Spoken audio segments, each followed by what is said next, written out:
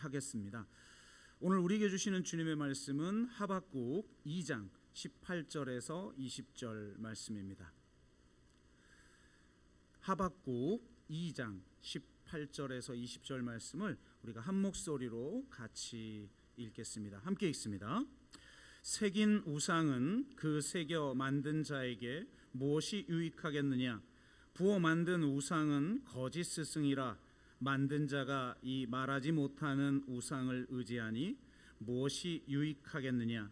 나무에게 깨라 하며 말하지 못하는 돌에게 일어나라 하는 자에게 화 있을진저 그것이 교훈을 베풀겠느냐? 보라, 이는 금과 은으로 입힌 것인즉 그 속에는 생기가 도무지 없느니라.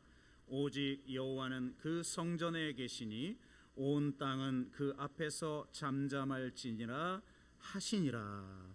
아멘.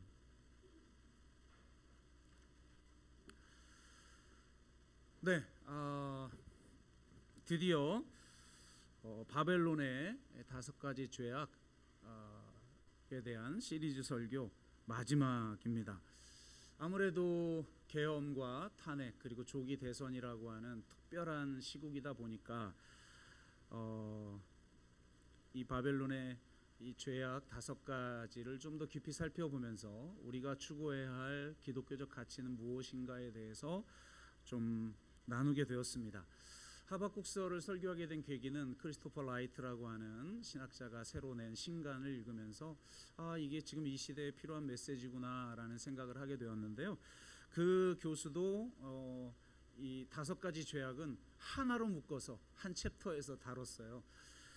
그런데 저희는 특별한 시국이다 보니까 5가지를 좀 잘게 나누어서 3절밖에 안 되는 구절을 가지고 설교를 하게 됐습니다. 주제 자체가 너무 무겁고 좀 어렵고 하다 보니까 좀 마무리는 쉽게 해야 된다는 또 부담감 이런 것들을 가지고 했어요.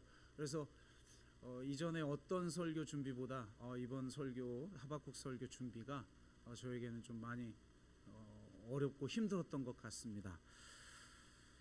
그런데 오늘 드디어 마지막입니다.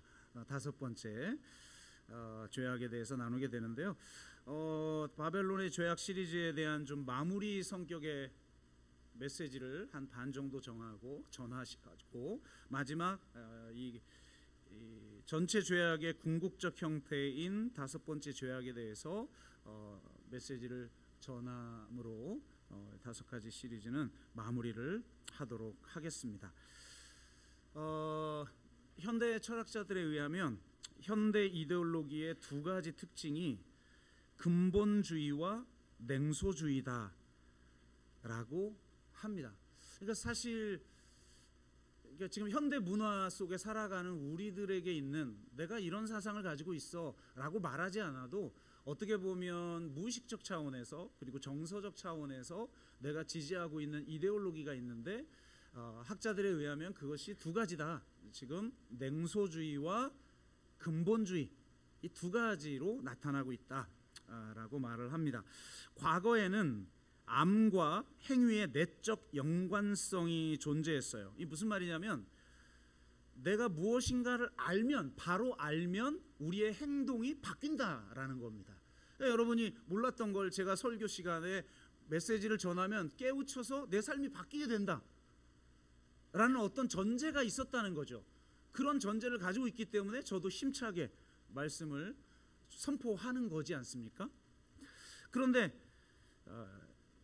그러니까 사람들은 바로 알지 못하기에 그렇게 행동하고 있기 때문에 그들의 생각이 허위의식과 거짓임을 일깨워주면 그들의 행위가 바뀔 거라는 기대가 있었다는 겁니다. 하지만 현대의 새로운 이데올로기는 그러니까 근본주의든 냉소주의든 이게 가장 강력하게 우리에게 영향을 끼치고 있는데 이 2가지 모두 암과 행위의 내적 연관성이 해체돼 버렸다는 거예요. 냉소주의는 이렇게 말을 하죠. 그래, 너희가 하는 말은 알겠어. 참 좋은 말이네. 그런데 뭐 어쨌다는 거야 그게. 그게 뭐 밥 먹여줘? 라고 반응을 한다는 겁니다. 요즘식으로 말하면 너 뭐 돼? 반응하면 끝이에요.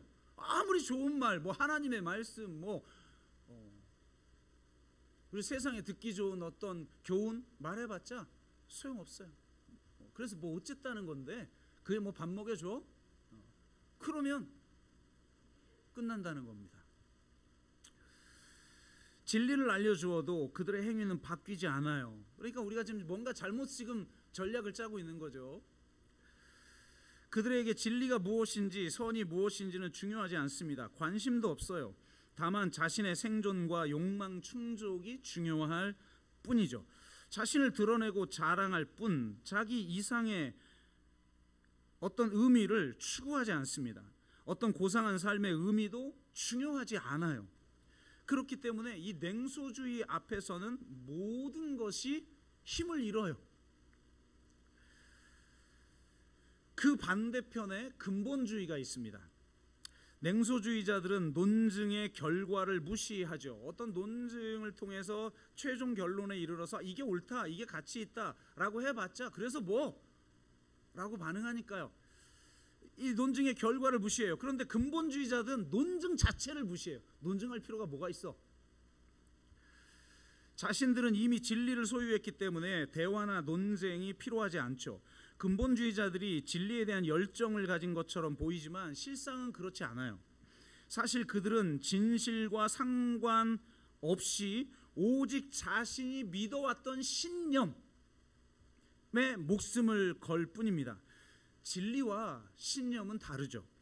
진리는 논증이 가능하고 논쟁과 대화를 통해 다다를 수 있으며 본질은 유지하면서도 문화적 표현은 달라질 수 있음을 인정하지만 신념은 절대 불변하는 것이고 이미 우리에게 완성된 형태로 주어진 것이며 논증이 가능하지도 않고 오직 주장할 뿐이에요. 이거 기독교하고 좀 비슷하죠? 대화가 필요 없어요. 그냥 선포할 뿐이에요. 진리는 불신지옥 예수천당. 그들은 명백한 진실이 아닌 맹목적 믿음을 가질 뿐입니다. 자신이 믿고 있는 것을 통해 자신의 욕망과 목적이 성취되면 그뿐인 것이죠.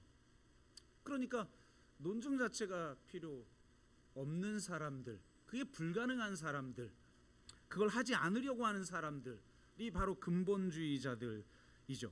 냉소주의자들이 오직 자기를 위해 삶을 살아가는 사이에 근본주의자들은 테러를 일삼거나 혐오 범죄를 저지르고 가짜 뉴스와 음모론을 양산하며 의회나 법원을 침입하고 국수주의와 이민자 추방과 장벽 건설을 주장하고 탈진실과 레트로토피아와 정치적 부족주의를 부추기고 있다는 거예요.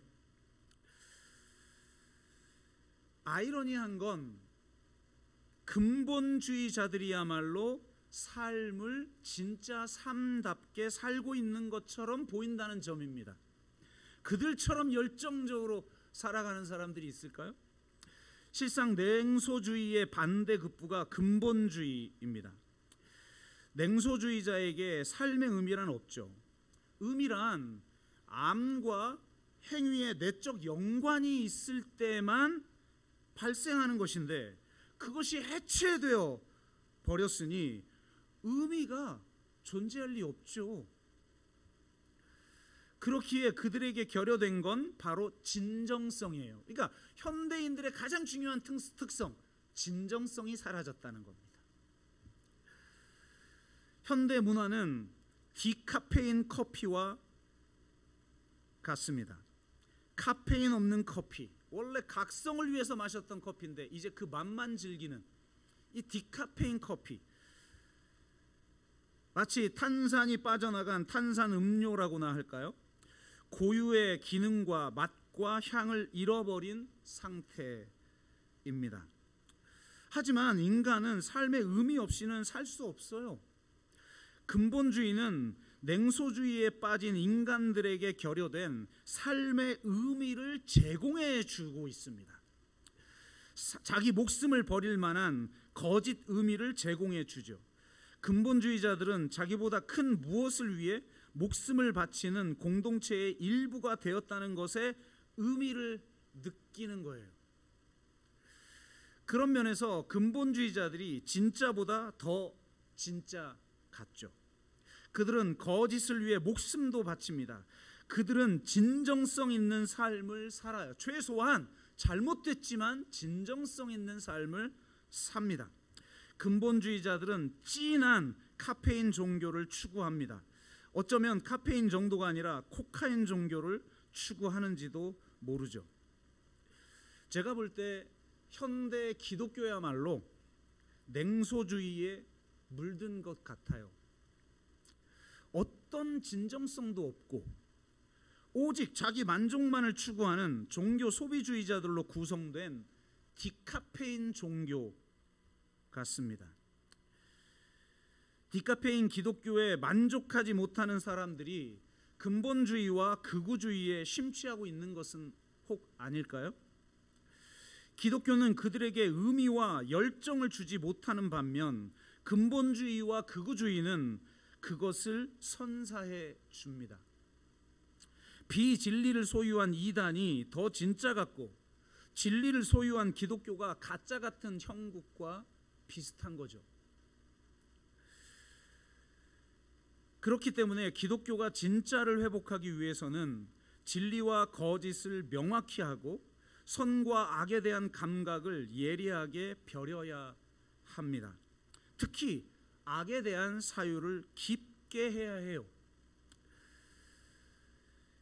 결국 냉소주의란 의미의 상실로 인해 발생하는 것이며 근본주의는 잃어버린 의미를 다시 찾으려는 반동의 극단적인 형태이기 때문에 그렇습니다.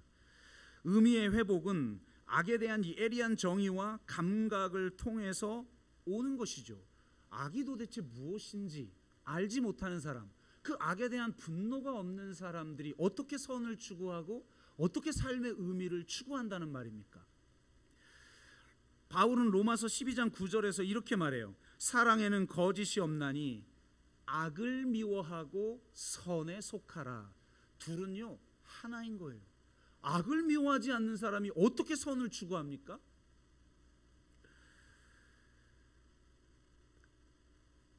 악을 미워하지 않으면 선에 속할 수 없습니다. 진짜 악을 모르면 자기도 모르게 악에 빠져 거짓 악을 만들어내고 혐오하고 분노하며 살게 되는 것이죠. 또한 악에 대한 감각이 없으면 대안을 제시할 수 없어요. 악에 대한 감각이 있어야 문제를 알죠. 악에 대한 감각이 없는데 어떻게 문제를 바라볼 수 있고 문제를 바라보지 못하는데 어떻게 대안을 추구합니까? 그러니까 대안이 필요 없는 삶을 사는 거예요.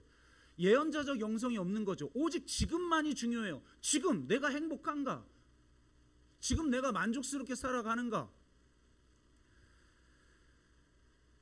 그러니 악을 미워하는 자만이 대안적 삶을 추구하게 되는 것이고 하나님 나라의 가치를 추구하게 되는 것이죠.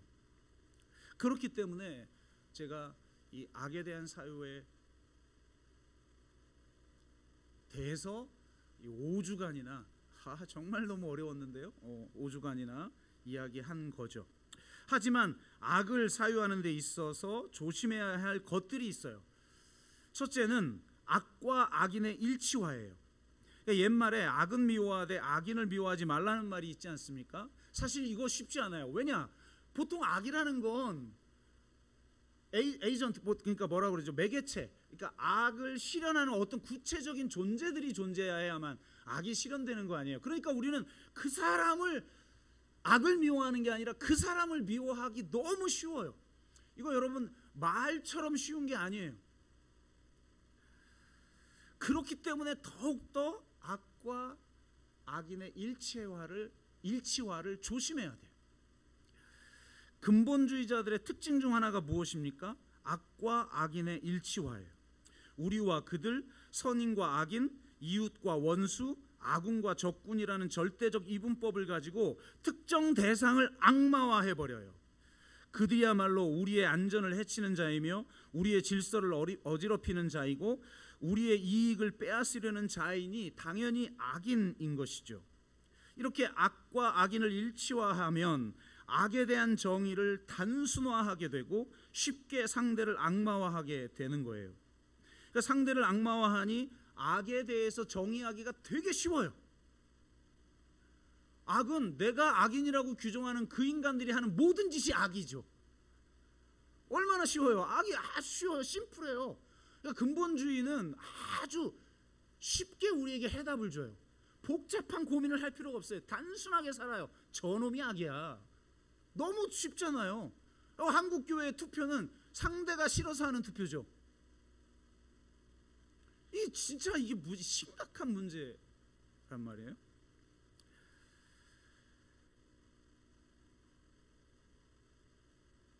악이 얼마나 복잡한 것인지에 대해서 깊이 사유할 수 없게 되죠. 이렇게 되면 또한 악마화된 존재들을 사랑하거나 그들과 대화하거나 혹은 그들을 이해하거나 혹 용서하고 화해한다는 것은 불가능한 일이 되어버린다는 거예요. 악과 악인을 일치화시켜버리면. 둘째로 우리가 조심해야 할 것은 악의 극단화인데요. 그러니까 극단적인 어떤 유형만을 악으로 규정하는 거예요. 악의 극단화는 악의 무개념화이기도 한데요. 그러니까 한마디로 말하면 악이란 정의할 수 없는 무엇이에요. 평범한 우리라면 결코 행할 수 없는 어떤 짓을 하는 인간들이 악인이잖아요. 악은 이해할 수 없는 행동이에요. 사이코패스의 행동이나 연쇄살인범의 행동처럼 말이죠. 도대체 이해할 수 없죠. 어떻게 저럴 수가 있지 인간이? 히틀러는 어떻게 600만을 죽일 수 있지?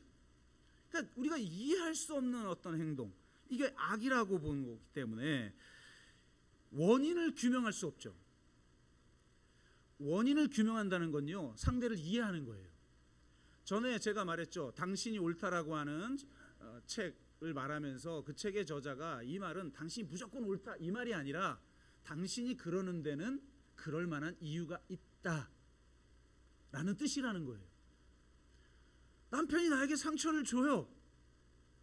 당신이 옳다는 건 뭐예요? 우리는 맨날 남편은 맨날 내가 바꾸라고 그래. 그게 아니라 저렇게 하는 데는 어떤 이유가 있다 가 대화의 시작이 되는 거잖아요. 그런데 악이 이해할 수 없는 어떤 행동이라고 우리가 규정하게 되면 그건 원인이 존재하지 않는 게 되는 거예요.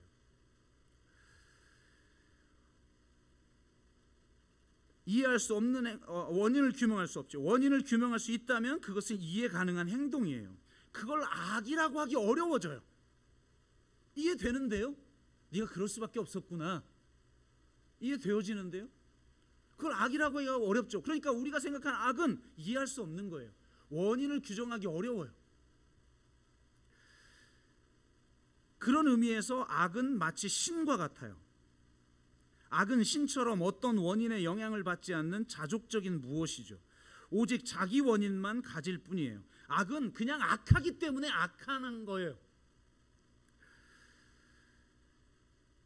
악한 사람들은 그 성격이 본질적으로 악하기 때문에 악을 행하는 거죠. 우리는 이렇게 생각한다는 거예요.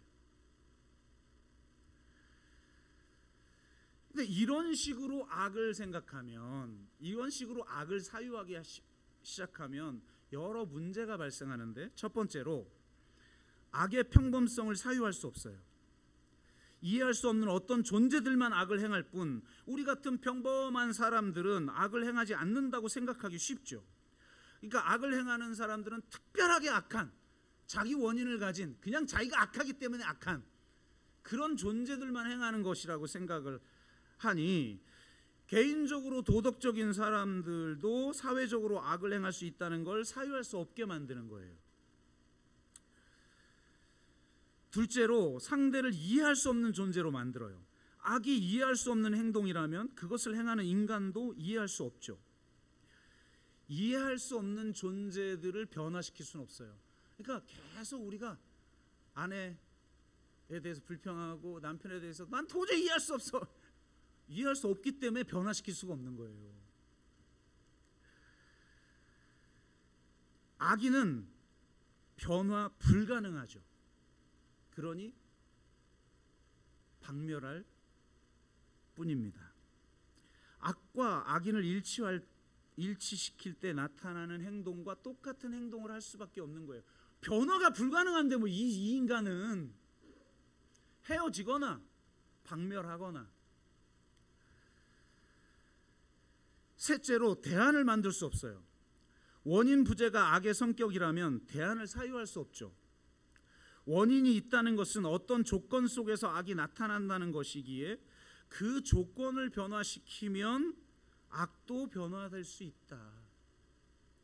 저 존재가 자기 원인을 가진 그냥 악하기 때문에 악한 게 아니라 어떤 원인이 있을 거야. 그 원인을 내가 알아주고 그 원인을 변화시켜주고 그 조건을 바꿔주면 저 사람도 선하게 살 수 있어 라는 생각을 가질 때만 우리가 어떤 대안을 추구하게 되는 것이죠.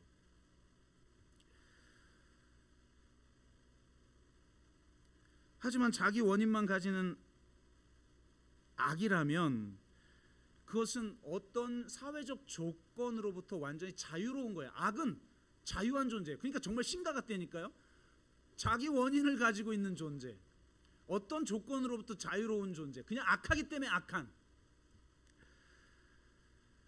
그런 악이라면 대안을 만들 수 없는 거죠. 그래서 우리가 이 악에 대해서 무기력한 거예요.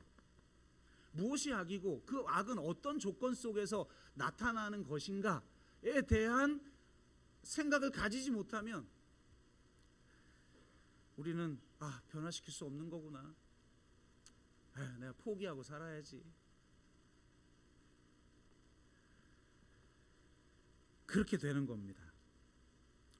마지막으로 악을 우리 자신에게 적용할 수 없게 돼요. 이렇게 낯설고 터무니없고 이해 불가한 악이 내게 있다는 건 인정할 수 없는 거죠. 악은 오직 타자에게 적용할 수 있을 뿐이에요. 악은 나와 너 사이에 존재할 뿐이지 나와 나 자신을 가로지르지는 못하는 거예요. 악을 자기 자신에게 적용하지 못하는 한, 그렇게 되는 한 인간은 변화하거나, 사실 아까 말했듯이 나에게 적용할 수 없는 악에 대한 인식도 없고 그걸 나에게도 적용할 수 없다? 내가 변할 필요성이 없는 거죠. 나는 변할 필요가 없는 거예요. 그냥 살면 돼요. 그냥 주어진 대로 그냥 살면 되는 거죠. 주어진 과제, 주어진 환경에서 그냥 살면 돼요. 그냥 생존을 위해서. 그 바닥 깊은 곳에 냉소주의. 왜 냉소주의 있어요? 그런다고 뭐 바뀌어? 우리도 이런 무기력에 많이 사로잡히죠. 세상이 더 악해진 것 같은데? 제 주변에 그런 사람 굉장히 많아요. 우리가 뭐 의미를 추구하고 무슨 선을 위해서 추구하고 열심히 살지만 세상은 더 멸망해 가는 것 같고 더 악해지는 것 같고, 그러니 뭐 무기력에 빠지죠. 뭘 할 필요성이 있어 굳이? 냉소주의에 빠지는 거예요.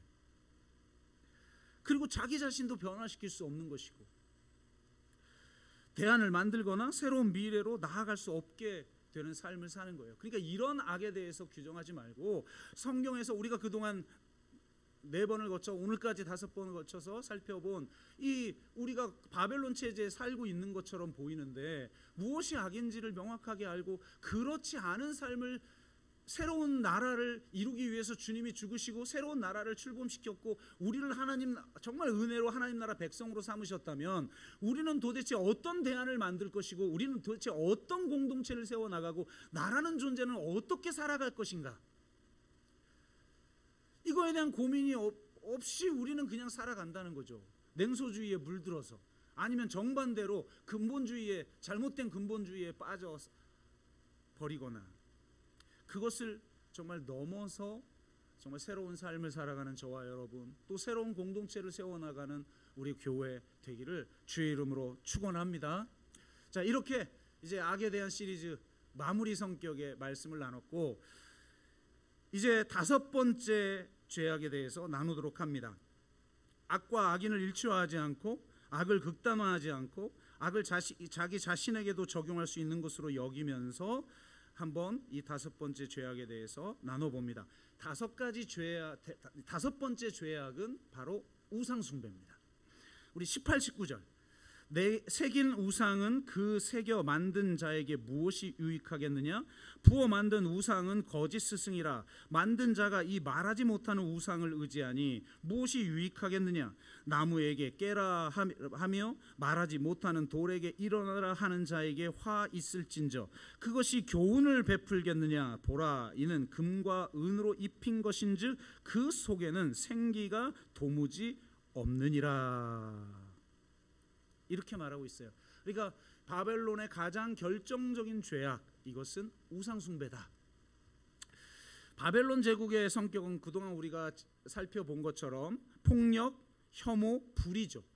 불의는 경제적 불평등, 사회적 차별, 정치적 억압, 세 가지입니다.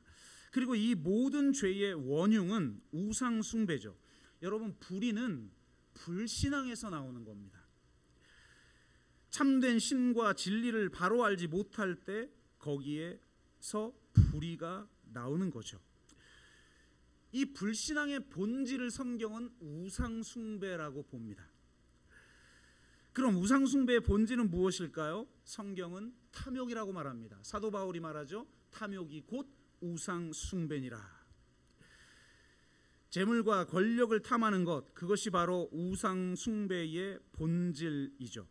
6절부터 5가지 죄악, 3절씩 5가지 죄악, 화 있을진저라고 말하면서 5가지 죄악을 말하고 있는데, 그 직전에 그 바벨론이라고 하는 제국의 성격을 먼저 정의하고 그 다음에 세부적으로 5가지를 나눠요. 그런데 그 5절은 뭐라고 되어 있냐면 이렇게 되어 있어요. 그는 술을 즐기며 거짓되고 교만하여 가만히 있지 아니하고 스올처럼 자기의 욕심을 넓히며, 또 그는 사망 같아서 족한 줄을 모르고 자기에게로 여러 나라를 모으며 여러 백성을 모으나니, 지옥같이 욕망을 넓히며 사망같이 모든 걸 빨아들이는 욕망, 바로 탐욕, 이것이 우상숭배라는 겁니다. 지난번 첫 번째 죄악을 다룰 때 유실론이 나오게 된 배경에 대해서 말씀드린 적이 있어요. 제가 축약해서 다시 한번 말을 하자면, 바벨론의 정치 신학은 신화예요. 그러니까 여러분, 우리는 지금 어떻게 보면 이제 무신성의 시대로 지금 전환이 됐어요. 최소한 이전 시대는 종교성을 가지고 있었어요. 그리고 우리가 전도를 하는 대상들, 예를 들어 그 제3세계 혹은 그 미전도 종족들은 우상을 섬기고 있었어요. 혹은 자연 종교를 섬기고 있었죠. 그들에게 복음을 전해서 다른 종교로 개종을 하게 하는 것이 복음 전도였죠. 근데 지금은요, 신 자체에 대한 관심을 갖지 않아요. 그러니까 이걸 그대로 지금 이 본문을 우리가 그대로 적용하기는 쉽지 않은 시대에 살고 있기 때문에, 지금 그 시대에 도대체 유실론이라는 게 무엇인가, 도대체 아브라함의 신앙이 그 시대에 혁명적인 의미를 갖는다는 게 어떤 맥락이었나를 알아야 지금 전혀 다른 맥락에서도 우리가 진짜 기독교인이 된다는 게 무엇인가를 사유할 수 있는 거죠. 바로 그런 맥락에서 제가 이 바벨론의 정치 신학, 그 당시의 이데올로기는 다 신화적 형태를 가지고 있었단 말이에요. 근데 그 신화에서 중요한 건 뭐냐? 힘, 능력, 세력이라는 거예요. 신화는 다실론의 세계죠. 다실론 형태의 종교는 권력을 정당화하기 위해 만들어졌어요. 다실론적인 신화는 위계적인 사회에 대한 우주론적 정당화죠. 그러니까 그래서 이렇게 말했죠. 다실론이 만든 기념비적인 건축물들, 즉 바빌론의 지구라트, 그러니까 바벨탑을 우리는 지구라트라고 해석을 하거든요, 요즘 고고학적으로. 그 다음에 이집트의 피라미드는 그 바닥이 넓고 맨 위는 좁은 형태로서 그 위계 질서의 가시적인 상징물이라는 거예요. 그러니까 아주 소수가 대다수를 지배하고 있는 이 하이어라키 구조, 피라미드 구조를 정당화하기 위한 그 이데올로기가 바로 신화였다는 겁니다. 종교는 권력에 대한 적나라한 추구를 은폐하기 위해 입힌 거룩한 옷이죠. 바로 이런 배경에서 아브라함의 유일신론이, 그러니까 아브라함의 유일신론이 모두가 전 세계가 다 다신론을 섬기고 있는 시대에 이 아브라함의 유신론이 갖는 혁명적 의미가 뭐냐? 그것은 이 유신론이 하나의 근원적 저항으로 등장했다는 거예요. 그러니까 바로 이 신화적 체계를 근본적으로 해체시켜 버리는 거죠. 엄청난 이거예요. 여러분, 이거는 이스라엘의 조상 아브라함의 첫 신앙은 우상 타파적 신앙이었다는 것이죠. 실제로 이 정경을 해석한 것들의 모음집을 유대인들은 미드라시라고 그래요. 그러니까 이 미드라시에는 이런 해석이 있어요. 어린 아브라함이 본토 친척 아비집을 떠나게 된 이유가 뭔가?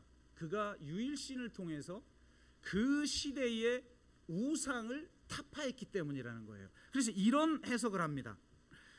하루는 아브라함이 아버지 데라의 우상들을 모두 깨트린 후 하나만 남겨뒀대요. 얼마나 많은 그 우상들을 가지고 있어요. 근데 그 중에 하나만 남겨놓고 나머지를 다 그냥 망치로 깨트려 버린 거예요. 그러니까 아버지 데라가 지금 돌아버린 거죠. 누가 이런 짓을 했냐? 그러면서 이제 어린 아브라함에게 얘야, 도대체 누가 이런 짓을 했느냐라고 묻자 아브라함이 이렇게 대답했다고 그래요. 우상들 중에 가장 큰 자가 막대기를 취하여 나머지를 깨트려 버렸습니다. 그러자 데라가 왜 나를 속이려느냐? 어떻게 우상이 생명력이 있어서 나머지 우상을 깨트리고 그 우상에게 이해력이라는 게 존재한단 말이냐? 그랬더니 어린 아브라함이 이렇게 답했다고 하죠. 아버지 입이 말하는 것을 아버지의 귀로 들으세요. 그러니까 사실 이게 망고의 진리죠. 우리가 남편에게 아내에게 하는 말을 하나님이 나에게 하시는 말이다 생각하고 나에게만 적용해도 인생이 바뀌는데, 이게 우상 탁파적 신앙에서 아브라함이 이렇게 반응했다라고 미드라시에 적혀 있다는 거예요. 그러니까 이 유일신론자 아브라함은 우상을 깨트리는 자였다. 그래서 살 수가 없었다는 거예요. 그 체제에선 거기가 바벨론 문명이 있었던 곳 아닙니까? 바로 그곳에서 강을 건너 가나안으로 온 자가 바로 이스라엘의 조상 아브라함이죠. 그런데 오늘 본문을 보면 독특한 게 있어요. 우상 숭배에 대해서 비판을 한 다음에, 보통은 여러분 성경을 읽어보면 이 우상 숭배에 대해서 비판한 다음에 그 다 헛된 신이다, 넌 참된 신은 오직 하나님 한 분밖에 없으니 오직 하나님만을 경외하라, 이런 식으로 흐른단 말이에요. 그런데 오늘 하박국서는 독특하게 화 있을진저, 이거 우상을 섬기는 자들에게 화 있을진저라고 말한 후에 마지막 결론을 이상하게 내요. 아주 독특하게 냅니다. 오직 여호와는 그 성전에 계시니 온 땅은 그 앞에서 잠잠할지니라. 이게 좀 이상하단 말이에요. 왜 이렇게 마무리를 할까? 이렇게 마무리할 수밖에 없다는 생각이 들어서 저도 이 구절을 가지고 성전 신학으로 이 신구약 전체의 스토리를 한번 쫙 훑으면서 이번 주에 설교를 해야겠다라고 생각하고 일주일 내내 설교에 대해서 고민하고 묵상하다 보니까 새벽에 잠을 깼는데 설교가 생각이 나고, 설교가 그럼 이렇으니까 그 다음은 이렇게 A는 B, 우리 성도님들은 A는 B고 그 다음에 B 다음에 C고, 이거 하나도 중요하지 않은데 저 혼자만 A였으니까 그 다음 B는 이렇게 가야 되겠고, 이걸 고민하다 보니까 제 잠이 깨버려가지고 각성이 돼버려서 잠도 못 자고 막 이렇게 보냈던 일주일인 것 같은데, 그렇게 해서 준비한 걸 보니까 이건 도저히 어려워서 전할 수가 없구나 라고 생각하고 완전히 다시 준비한 게 오늘 설교입니다. 그래서 제가 뒷부분을 이렇게 좀 마무리를 했으면 좋겠어요. 왜? 잘 보세요. 이 시대에 모두가 다신론을 섬기고 있고 모두가 종교적인 존재였던 시대의 유신론이 이 근본적인 신화적 세계 하이어라키 구조를 정당화하는 이데올로기로 작동하고 있었던 이 제국의 이데올로기를 근본적으로 깨트리는 저항의 의미로서 존재했다면, 지금 이 시대를 지배하고 있는 이데올로기, 우리도 모르게 무의식적 차원에서 작동하고 있는 냉소주의와 그 다음에 이 근본주의라고 하는 이데올로기, 그리고 그것을 가능하게 만드는 더 근본에 있는 그것을 알아야 우리가 지금 이 말씀을 묵상하는 의미가 있지 않겠냔 말이에요. 그래서 성경에서 말하는 우상숭배 그 본질이 무엇인가로 한번 우리가 들어가 보자는 거예요. 여러분, 우상숭배의 본질이 뭡니까? 성경이 우상숭배에 대해서 경고하고 있는 모든 구절에 동일하게 들어가 있는 구절이 하나가 있어요. 바로 자기를 위하여입니다. 여러분, 십계명 보세요. 자기를 위하여 새긴 우상을 만들지 말며 그 우상에 절하지 말라. 아멘. 자기를 위하여. 우상숭배의 본질은 자기숭배입니다. 바벨론 국가라는 건, 바벨론 체제라는 건 그 자아를 숭배하게 만드는 체제라는 거예요. 모두가 힘을 추구하고 모두가 재물을 추구하고 더 높아지기를, 저 하이어라키 구조 속에 저 높은 위치에서 더 많은 영향력, 더 많은 명예, 더 많은 소유, 더 많은 힘을 가지고 싶어하는, 그걸 정당화하는 것, 그게 우상이라는 거예요. 모두가 그 욕망에 사로잡혀 있죠. 그 욕망은 있으나 내가 그걸 이룰 수 없을 때 무기력에 빠지고 냉소주의에 빠지는 거 아닙니까?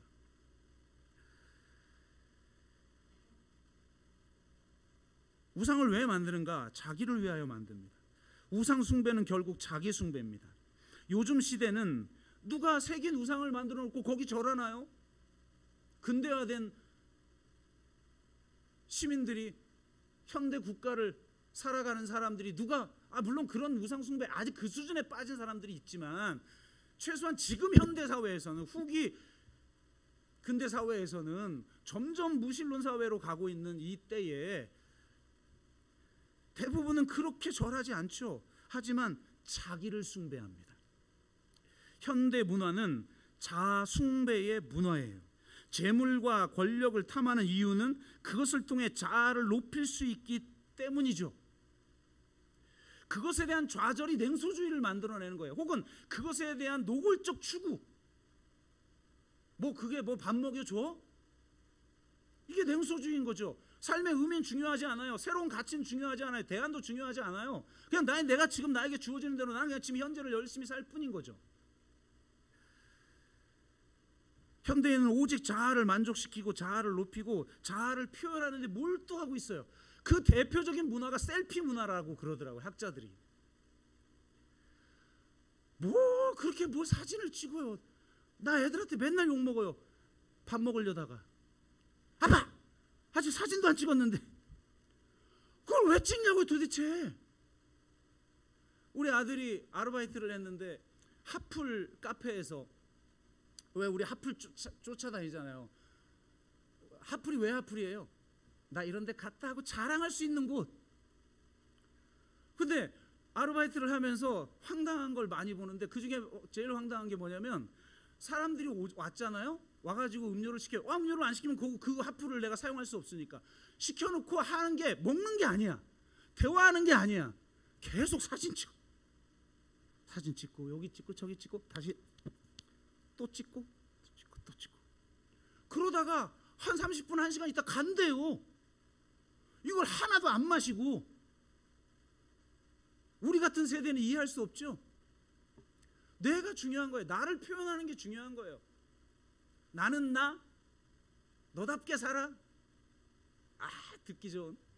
너답게 사는 게 뭐예요? 마음껏 소비하면서 살라는 거죠. 장소를, 시간을, 메이커를, 물품을 소비하면서 살라는 거예요.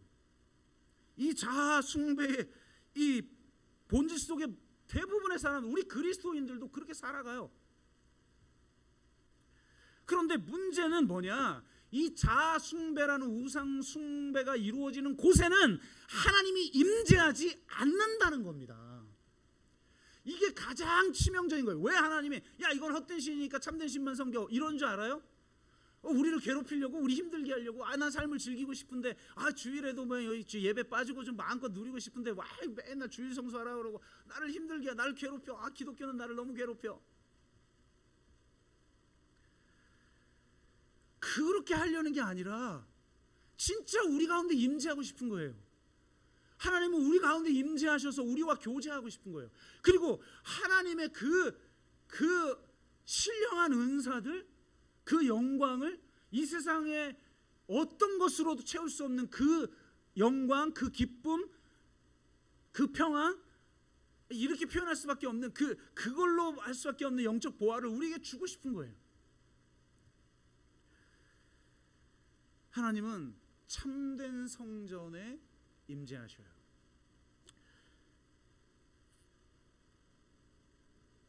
학자들에 의하면 창세기와 출애굽기가 교차대꾸법으로 구성되어 있다고 해요. 그러니까 창세기의 처음이 출애굽기의 마지막과 딱 맞물리게 만들어놨다. 그러니까 쉽게 설명하면 이거예요.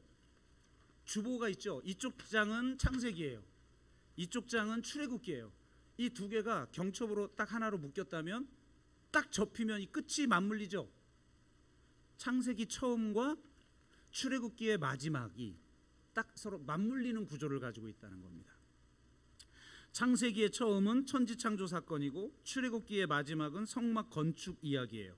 구조적으로 보면 하나님이 인류를 위한 집으로 우주를 창조한 것으로 시작해서 이스라엘이 하나님의 집으로 성막을 창조한 것으로 끝난다는 거예요. 실제로 창세기 1장 31절에서 2장 3장까지 사용했던 그 언어들을 그대로 출애굽기 39장 40장이 마지막이거든요. 출애굽기 그 마지막에 성막 건축하는 데 사용하는 용어가 똑같아요. 놀랍게도. 그러니까 천지창조와 성막 건축은 동일한 메시지를 우리에게 전해주고 있다는 거예요. 그럼 도대체 어떤 메시지일까? 이게 중요하겠죠. 자, 먼저 천지창조에 대해서 말해봅시다. 여러분은 창조를 믿습니까? 도대체 창조가 뭘까요? 천지창조를 믿는 사람들이 옛날부터 고민을 많이 했대요. 도대체 어떻게 천지를 창조할까? 어떻게 무에서 유를 창조할까? 절대자 하나님이 이미 존재하는데 어떻게 상대적인 세계가 가능했을까? 절대자를 밀어내고 어떻게 피조 세계가 시공간 속에 존재할 수 있었을까? 절대자의 위험이 블랙홀처럼 상대적인 피조 세계를 삼켜버릴 텐데 어떻게 피조 세계가 유지되는 걸까? 여러분은 이런 고민을 안 하겠지만 진짜 천지창조를 믿으라고 하니 그럼 뭐에 도대체 무에서 이 무라는 게 뭐예요 도대체? 없는 것도 비어 있는 것이지 없다라는 것도 공간의 개념 아니에요. 그럼 있는 거잖아요. 뭔 소리인지. 여하튼 이런 고민을 했다는 거예요. 사람들이. 그러면서 특히 예를 들어 내가 물리학자예요. 물리학자가 무에서 유를 창조했다라고 하는 걸 주장하려면 신학적으로 내가 그걸 해석이 가능해야 되는데 뭘까요? 그래서 지금 기독교 전체 물리학자들 빅뱅을 다 믿고 이 물질의 진화의 역사, 생명의 진화의 역사를 인정하는 이 학자들이 그런데 나는 신을 믿고 있어. 그런 사람들이 그럼 도대체 이 천지창조를 어떻게 해석해야 될까? 어떻게 해석하는지 아십니까? 하나님의 케노시스. 절대자가 이미 존재하는데 그 자리를 비우고 상대적인 피조물이 존재할 수 있었던 것은 하나님의 자기 비움 때문이다 라는 거예요. 그래서 천지창조를 물리학자들이 케노시스 이론으로 해석합니다. 여러분 이거는 자세히 알 필요는 없는데 우리 하나만 딱 붙잡자 이거예요. 하나님의 케노시스. 케노시스가 어디에 나옵니까? 대표적인 곳이 바로 빌립보서 2장 6절에서 7절이죠. 그는 근본 하나님의 본체시나 하나님과 동등됨을 취할 것으로 여기지 아니하시고 오히려 자기를 비워 종의 형체를 가지사 사람들과 같이 되셨고, 제가 얼마 전에 한번 설교한 적 있잖아요. 우리는 여기서 자기를 비워하니까 하나님의 그 신성, 진정한 신성이 있는데 하나님이 잠깐 그걸 감추고 나약한 인간의 육신의 몸을 입었다라고 생각하지만 그게 아니라 진정한 신성은 어디서 나오는 거라고요? 신성을 감춘 게 아니라 자기를 비워 육신이 된 건 바로 그 자기 비움의 사건, 성육신적 사건에서 신적 본질이 드러난 거다. 이런 말씀드렸죠. 그 케노시스, 그 자기 비움, 이게 신의 본질인 거예요. 그러니까 신이 바로 이 자기 비움을 통해서 천지를 창조하실 수 있었다. 기가 막히지 않습니까? 안 기막힌데 저만 기막힌 거야. 어쨌든 하나님의 케노시스, 즉 하나님의 자기 비움과 자기 제한을 통해서 천지를 창조할 수 있었다. 이게 창세기 천지 창조에서 말하는 메시지라는 거예요. 그러면 출애굽기 마지막 성막 건축은 무엇일까요? 성막은 하나님이 임재하는 곳입니다. 성막은 하나님이 임재하시도록 우리 자신을 비워둔 공간이라는 겁니다. 하나님의 자기 비움이 천지 창조를 가능하게 했듯이 우리의 자기 비움이 성막 창조를 가능하게 했고 그곳에 하나님이 임재하십니다. 우리가 만들고 싶은 대로 성막을 만들었으면 그것도 우상 숭배죠. 우리 한국 기독교가 현재 그러잖아요. 자기가 믿고 싶은 대로 믿잖아요. 그리고 그 하나님이 참된 하나님이라고 경배하고 뭐 나를 구원했다, 나 축복받았다, 은혜 받았다 그러고 있잖아요. 그것은 마치 황금 송아지를 만들어 놓고 이것이 너희를 애굽에서 건져낸 신이다 라고 외치는 것과 같아요. 그들이 다른 신앙 가진 게 아니에요. 자기들을 애굽에서 건져낸 하나님 믿었어요. 황금 송아지 만들어 놓고 이게 우리를 건져, 아론이 그러잖아요. 너희를 애굽에서 건져낸 신이다.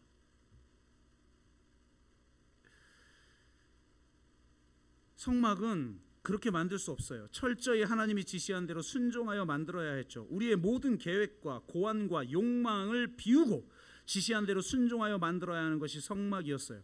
자기 비움의 하나님은 인간의 자기 비움 가운데서만 임재하십니다. 자기 비움의 하나님, 그래서 창세기의 처음과 출애굽기의 마지막은 이처럼 하나님의 자기 비움과 인간의 자기 비움, 즉 자기 비움이라는 공통된 주제로 구성되었다는 거예요. 그러니까 우리가 성경을 읽으면서 깨달아야 될 것, 왜 도대체 우상 숭배에 대한 이야기를 하다가 뜬금없이 하나님은 성전에 계시니 너희는 잠잠하라고 말했을까? 우상 숭배의 본질이 자기 숭배라는 거예요. 하이어라키에서 끊임없이 그 정점을 향해 나아가는 벡터를, 그 운동성을 가진 그 욕망과 의지를 가진 존재.